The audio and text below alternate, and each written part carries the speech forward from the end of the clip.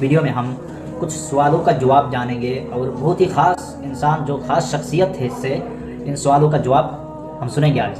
تو سب سے پہلے سوال جو کہ بورڈ پر لگ چکا ہے، سوال یہ ہے کہ ہستمتن یعنی جو بندہ اپنے ہاتھ کے ذریعہ خواہش پورا کرتے ہیں، یعنی رات کو یا چھپکے سے اکیلے میں کہیں پر بیٹھ کر گندی فلمیں پورن فلمیں دیکھ کر جو اپنی جو ہے خواہش کو پورا کرتے ہیں یعنی ہستمتن کرتے ہیں، ان کا کیا ہوگا، ان کا سزا کیا ہوگا، اللہ رب العزت ان کے لیے قیامت کے دن کیا سزا متعین کر کے رکھا ہے، وہ ہم سنیں گے۔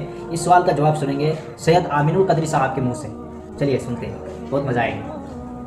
آج ہمارے نوجوان جس فعل بد میں سب سے زیادہ گرفتار ہیں، زنا سے بھی زیادہ، وہ ہے اپنے ہاتھوں سے اپنے اوپر غسل کو فرض کرنا۔ مجھے اس سے آسان اور اس سے باحیا الفاظ اس گناہ کے حوالے کی تشریح کے لیے نہیں مل پا رہے ہیں کہ لوگ اپنے ہاتھوں سے، نوجوان حمام کے اندر بیٹھ کر، بیت الخلاء میں بیٹھ کر، تنہائی میں بیٹھ کر اپنے ہاتھوں سے اپنی عصمت سے کھیلتے ہیں اور وہ اپنے ہاتھوں سے اپنے اوپر غسل کو فرض کرتے ہیں۔ یہ کیا ہے؟ اللہ کے رسول صلی اللہ علیہ وآلہ وسلم فرماتے ہیں کہ جو اپنے ہاتھوں سے اپنی شرمگاہوں سے کھیل کر اپنے اوپر غسل لازم کریں، آقا فرماتے ہیں اللہ کی، سارے فرشتوں کی اور مجھ محمد کی اس پہ لعنت ہو۔ حضور جس پہ لعنت کریں، جو بے باک لڑکے، بے باک چھوکرے، وہ تو زنا کے اڈوں تک جاتے ہیں، لیکن نام نہاد جو شریف کہلاتے ہیں وہ ڈرتے ہیں کہ زنا سے پکڑ نہ لیے جائیں، عزت نہ چلی جائے، تو وہ اکیلوں میں، بستروں پر، مکانوں میں، دکانوں میں، تنہائیوں میں اپنے ہاتھوں سے اپنے سرمایے کو برباد کرتے ہیں۔ میں اپنا دل کا درد اپنے ان بھائیوں تک پہنچانا چاہتا ہوں، اور آپ کے توسط سے دنیا بھر میں میرے جو نوجوان اس فعل بد میں گرفتار ہے جس پر رسول پاک نے لعنت کی، اللہ نے لعنت کی، حضور علیہ الصلوۃ والتسلیم کے غلاموں جو اپنے ہاتھوں سے اپنے اوپر غسل فرض کریں، قیامت کے دن ان کو زانیوں سے زیادہ سخت عذاب دیا جائے گا، زنا کرنے والوں سے بدترین عذاب ان لوگوں کو دیا جائے گا۔ اور میرے آقا علیہ السلام فرماتے ہیں قیامت کے دن کچھ لوگ ایسے ہوں گے جن کے ہاتھ حاملہ ہوں گے، ہاتھوں پر حمل کے آثار ہوں گے۔ صحابہ نے عرض کی یا رسول اللہ، لوگوں کے، مردوں کے ہاتھ حاملہ ہوں گے؟ آقا فرماتے ہیں ہاں، جنہوں نے اپنے ہاتھوں سے اپنے اوپر غسل فرض کیا ہوگا، اشاروں کی زبان میں۔ دوسرا سوال یہ ہے کہ جو بورڈ پر لگ چکا ہے، آپ لوگ دیکھ رہے ہو، یہ سوال یہ ہے کہ رمضان میں جو تراویح پڑھی جاتی ہے، تراویح کی نماز پڑھی جاتی ہے، وہ کتنی رکعتیں ہیں؟ 20 رکعت یا 30 رکعت یا 8 رکعت یا اس سے زیادہ اس سے کم؟ یہ ہم جانیں گے حضرت مفتی محمد طارق مسعود کی زبانی۔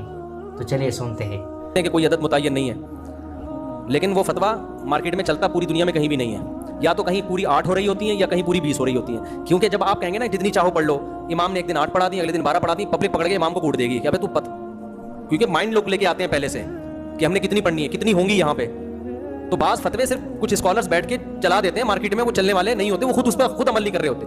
اہل حدیثوں کی مسجد میں جہاں بھی جائیں 8 ہی ہو رہی ہیں، حالانکہ وہ فتویٰ دیتے ہیں کہ جتنی چاہے پڑھ لو، لیکن پھر جتنی چاہے پڑھ لو تو پوری دنیا میں آپ 8 ہی کیوں پڑھ رہے ہو؟ پھر ان کو پتہ ہے کہ بھائی اسپیسیفک جب تک کوئی عدد نہیں بتایا جائے گا اس وقت تک عوام کے لیے اس پر عمل کرنا ممکن نہیں ہوگا۔ اسی وجہ سے چاروں اماموں کا اجماع ہے جو تابعین، تبع تابعین کے دور میں تھے، کہ کم سے کم کتنی رکعتیں ہیں؟ 20۔ 3 امام کہتے ہیں 20 رکعتیں اور امام مالک کہتے ہیں 36 رکعتیں۔ تو اب یہ عدد متعین کیے بغیر چلنا ممکن نہیں ہے، تو چونکہ فقہاء دین کو زیادہ سمجھتے ہیں نا، انہوں نے عدد متعین کیا، اور ویسے بھی تراویح خلاف قیاس ہے۔ نفل نماز میں اتنی ساری پبلک کو جماعت کے ذریعے اکٹھا کرنا یہ عام حالات میں جائز نہیں ہے، بدعت عمل ہے، کیونکہ اس کے جائز ہونے کی ہمارے پاس کوئی دلیل نہیں ہے۔ یہی وجہ ہے کہ رمضان عید کا چاند نظر آتے ہی تراویح غائب ہو جاتی ہے۔ اگر یہ عام نوافل کی طرح جماعت کے ساتھ جائز ہوتی تو امام صاحب کہتے یار ہم نے پورے رمضان نوافل پڑھے ہیں جماعت سے، تو اب حرام تھوڑی ہو گئے، چلو آج دوبارہ پڑھ لیتے ہیں نا، ان کو منع کیا جائے گا، کیوں؟ نبی صلی اللہ علیہ وسلم سے ثابت نہیں ہے۔ تو عدد بھی متعین ہے اور دن بھی متعین ہے۔ جیسے اگر یہ تہجد ہے تو تہجد کے تو دن بھی متعین نہیں، عدد بھی متعین نہیں ہے، تہجد تو پورے سال ہے۔ تو جیسے رمضان کی یہ جو تراویح ہے نا، اس کے دن متعین ہے کہ صرف رمضان کی راتوں میں ہی ہوگی، اور کیفیت بھی متعین ہے کہ جماعت سے ہوگی مسجدوں میں، تو اسی طرح یہ کہنا کہ عدد متعین نہیں ہے، یہ عقل سے بالاتر ہے۔